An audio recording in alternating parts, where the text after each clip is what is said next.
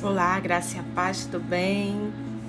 Hoje chegamos dia 23, né? Capítulo 23 desse livro fantástico, Uma Vida com Propósito, de Rick Warren. Hoje, véspera de feriado, né? Sexta-feira. Até aqui tem nos ajudado o Senhor.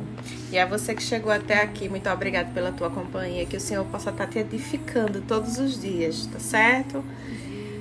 Vamos lá, capítulo 23, como crescemos. Em Efésios, capítulo 4, versículo 15 diz: Deus quer que cresçamos em tudo como Cristo. E em Efésios, capítulo 4 também, o versículo 14, fala: o propósito disposto para nós não é que continuemos como crianças, sabe? Deus quer que eu e você cresça. O objetivo do Pai Celestial é que você amadureça e desenvolva as características de Jesus Cristo. Lamentavelmente, milhões de cristãos envelhecem, mas nunca crescem, sabe?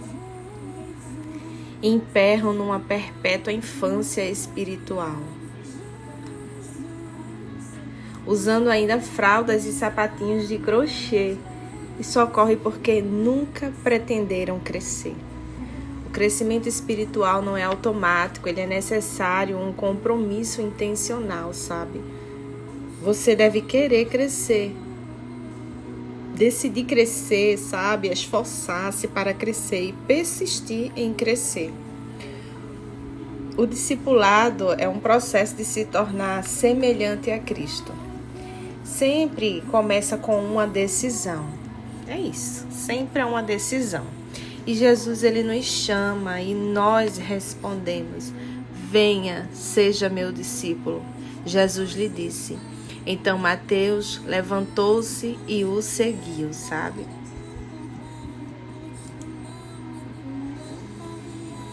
Quando os primeiros discípulos escolheram seguir Jesus, não compreendiam todas as implicações da decisão que haviam tomado.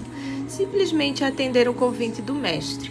Isso é tudo que você precisa para começar, sabe? É decidir, tornar-se um discípulo. Nada influencia mais sua vida que os compromissos que você escolhe assumir, sabe?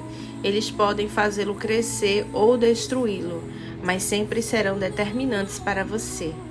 Diga-me como que você está comprometido e eu lhe direi onde você estará em 20 anos. Tornamo-nos aquilo com que estamos comprometidos, sabe? É nesse estágio de comprometimento que a maioria das pessoas perde o propósito de Deus para a vida. Muitos têm medo de se comprometer com qualquer coisa e simplesmente ficam vagando por aí.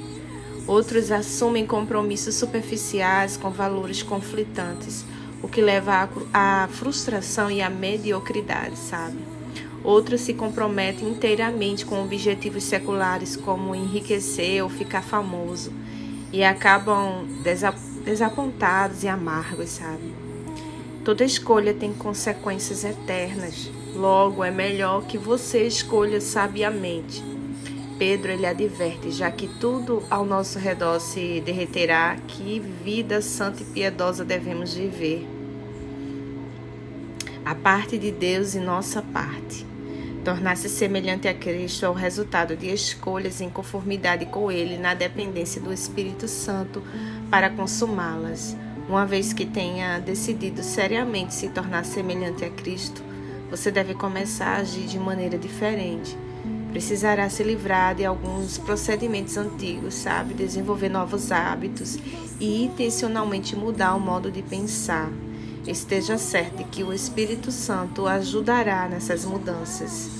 A Bíblia diz: ponham em ação a salvação de vocês com temor e tremor, pois é Deus quem efetua em vocês tanto o querer quanto o realizar, de acordo com a boa vontade dele. Esse versículo, ele mostra as duas partes do crescimento espiritual, pôr em ação e efetuar. A primeira é nossa responsabilidade, sabe? A segunda é o papel de Deus. O querer, né? A ação é nossa responsabilidade. O efetuar é a ação de Deus. O crescimento espiritual é um esforço de cooperação entre você e o Espírito Santo. O Espírito de Deus, ele trabalha conosco, não apenas em nós, sabe? E esse versículo direcionado aos cristãos não se refere à salvação, mas ao crescimento na fé. Ele não aconselha empenho pela salvação, porque você não pode acrescentar nada ao que Jesus já realizou. Quando põe em ação o corpo, você se exercita para desenvolvê-lo, não para conseguir um corpo. Quando sua mente é posta em ação para resolver um quebra-cabeça, você já possui todas as peças. Sua tarefa é juntá-las. Fazendeiros agem sobre a terra não para obter terra, mas para desenvolver o que já possui. Deus deu a você uma nova vida e agora é responsabilidade sua desenvolvê-la com temor e tremor. Isso significa levar seu crescimento espiritual a sério. Quando alguém se mostra negligente com o crescimento espiritual, isso demonstra que ele não entendeu as implicações eternas desse ato, sabe? E outro ponto aqui é reprogramando o piloto automático.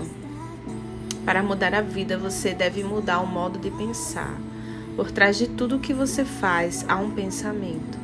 Todo comportamento é motivado por uma crença e toda ação é induzida por uma atitude. Deus ele revelou isso milhares de anos antes de os psicólogos chegarem à mesma conclusão. Tenha cuidado com o que você pensa, pois a sua vida é dirigida pelos seus pensamentos.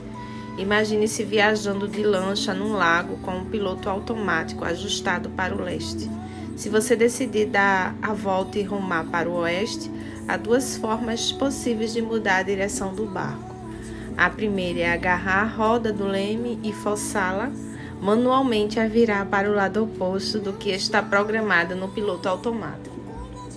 Com total autocontrole, você até poderá dominar o piloto automático, mas sentirá constante resistência.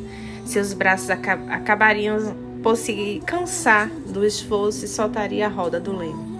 E a lancha instantaneamente voltaria a rumar para o leste, conforme programado. É isso que acontece quando você tenta mudar de vida pelo autocontrole. Você diz, vou me forçar a comer menos, vou fazer mais exercícios, vou deixar de me atrasar e de ser desorganizado.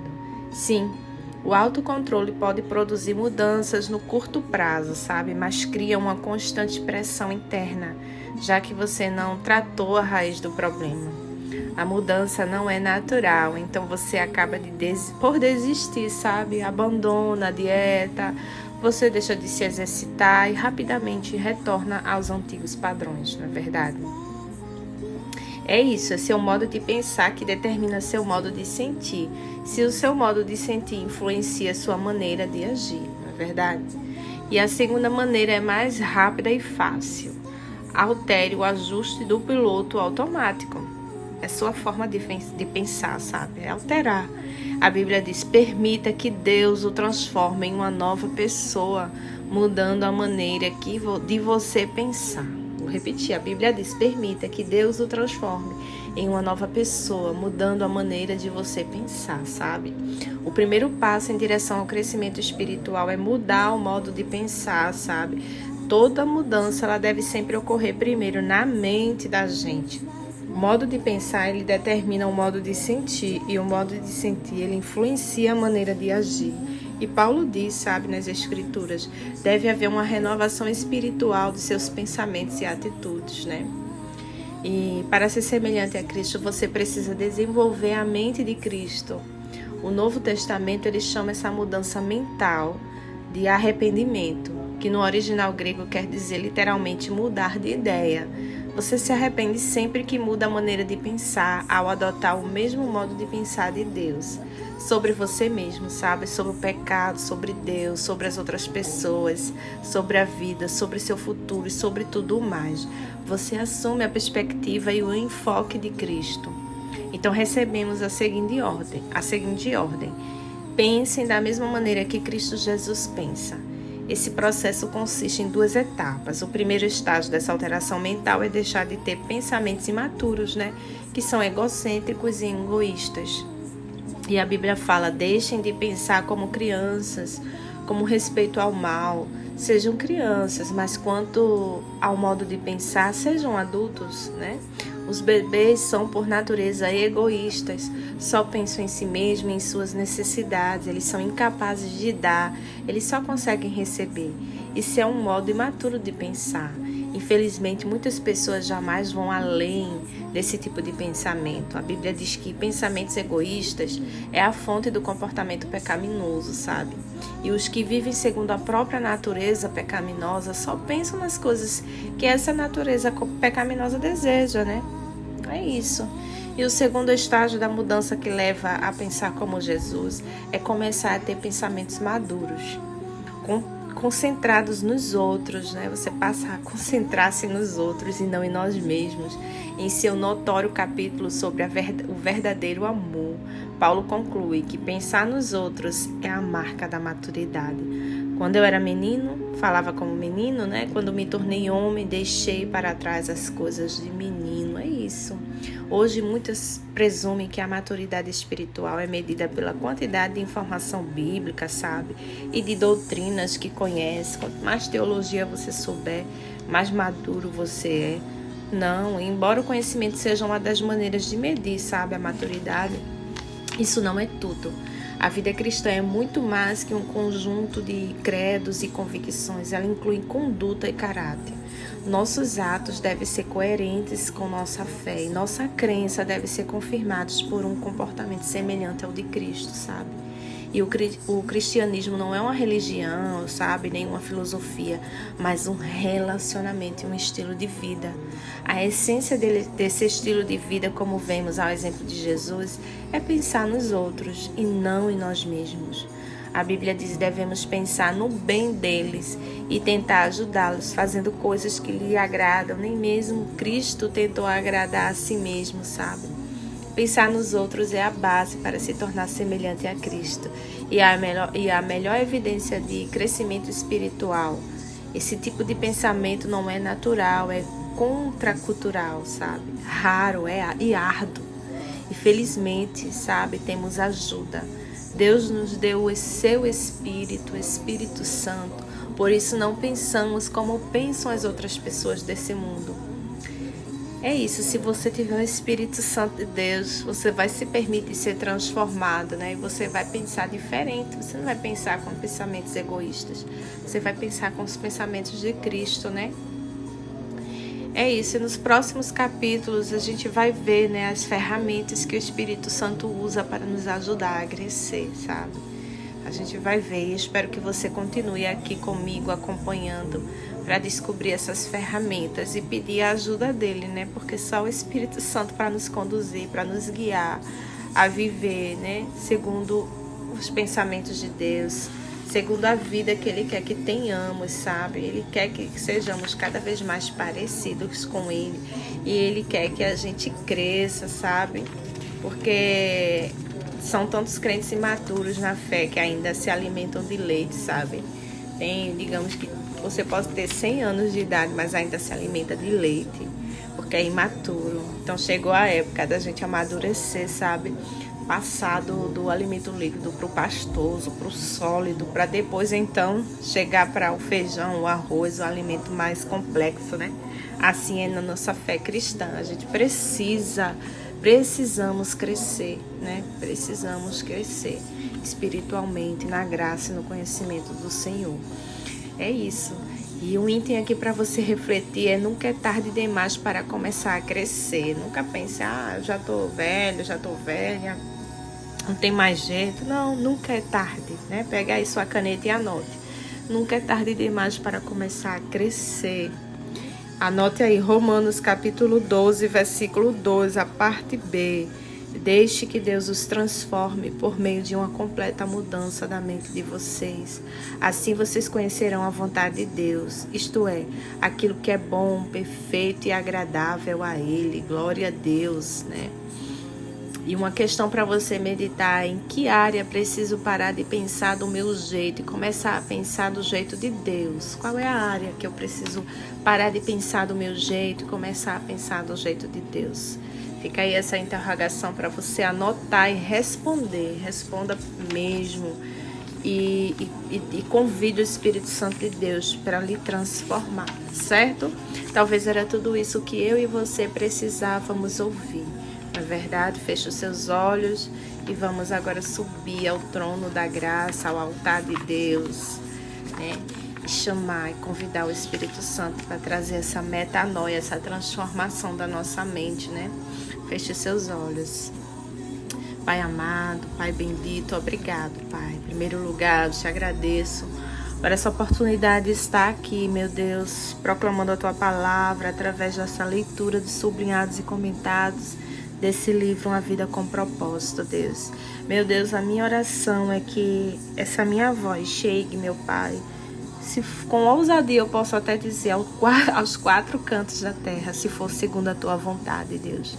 Porque tem tantas pessoas sedentas, Pai, que precisam Te conhecer, que precisam ouvir a Tua voz, que precisam entender os Seus propósitos, que muitas estão perdidas, andando aí sem rumo, de um lado para o outro, de várias religiões, e não conseguem encontrar um sentido da vida, sabe, Deus? Então, que o Senhor possa alcançar essas vidas para que elas entendam que o sentido da vida está em Ti, está no Senhor, está em Deus. Ó Pai, eu oro para essas vidas, essas pessoas que chegaram até aqui, que o Senhor possa estar colocando desejo no coração delas, para que elas queiram crescer, sabe? Como o Senhor nos advertiu na sua palavra lá em Efésios, lá em Romanos capítulo 12, que precisamos, meu Deus, crescer, precisamos amadurecer, né? É necessário que todos os cristãos cresçam, sabe? Deixando para trás as coisas de criança, as coisas de meninos, deixando para trás o nosso egoísmo, sabe, Deus? Deixando para trás a nossa meninice mesmo, de tudo ficar com cara feia, de tudo ficar com raiva, sabe? Eu acho que chegou a hora mais do que nunca que o Senhor nos convida a amadurecer, sabe? A deixar essa frieza espiritual, sabe? O Senhor diz na sua palavra que prefere que sejamos frios, né? Ou quente ou frio, mas Ele detesta e abomina o morno, porque aquelas pessoas mornas são aquelas pessoas que ficam, né? Nem lá, nem cá, fica, nem vai para o mundo e nem se aprofunda com Deus na igreja, fica no meio termo. E a Tua palavra diz que o Senhor vomitar-te-ei, né? Estou a ponto de vomitar-vos. Então, meu Deus, que o Senhor desperta essas pessoas que dormem, que o Senhor desperta essas pessoas que estão aí nesse meio termo, sendo mornas, né, espiritualmente, meu Deus. Que o Senhor possa ir ao encontro dessas pessoas e despertar para que elas cresçam, que elas amadureçam, Senhor, né? Em nome de Jesus, que elas decidam amadurecer em Ti, né? A começar de mim, começar por mim, meu Deus. Eu quero muito crescer na graça e no conhecimento, e eu creio que essas pessoas que aqui estão ouvindo também têm esse mesmo desejo. Então, que o Teu Espírito Santo nos ajude, nos conduza, meu Deus, e nos mostre essas áreas que a gente precisa mudar, sabe? Essas áreas que a gente pensa do nosso jeito, que a gente possa pensar do jeito do Senhor, sabe? Então, que falando o que diz em Romanos capítulo 12, que a gente possa deixar que Deus transforme a nossa vida por completa através da nossa mente, uma mudança, uma metanoia nas nossas mentes, Senhor. Muda os nossos pensamentos, muda o nosso modo de agir, muda o nosso coração, né? Porque só assim veremos a vontade de Deus, só assim entenderemos o nosso propósito, só assim veremos como é bom a Tua vontade, que a Tua vontade é boa, perfeita e agradável.